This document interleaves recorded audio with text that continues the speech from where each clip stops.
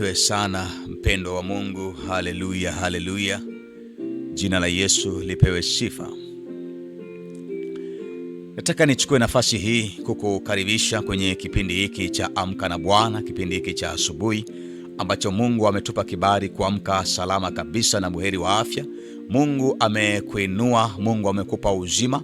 Karibu sana kwenye kipindi hiki siku ya leo ili tuweze kuingia kwenye tafakari ya neno la Mungu na tutaingia pia kwenye maombi. Maombi yataanza saa 11 dakika 45 ambapo ni saa 12 kasoro robo.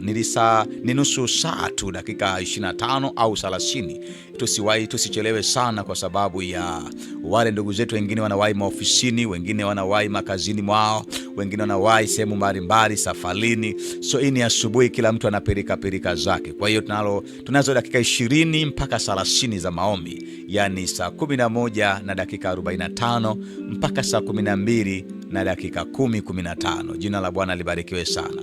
Karibu uweze kuomba pamoja nasi. Iko nguvu ya Mungu katika maombi ya pamoja. Mungu akubariki, Mungu akuinue na kutakia wakati mwema. Karibu sana ufuatilie message za neno la Mungu katika kipindi hiki cha mahubiri, na pia ufuatilie message zile za njia ya audio ili uweze kupata ujumbe wa neno la Mungu. Lakini pia fuatilia maombi na maombezi kwa kujoin pale kwenye alama ya kijani wakati ule wa saa 12 na robo. Barikiwe sana.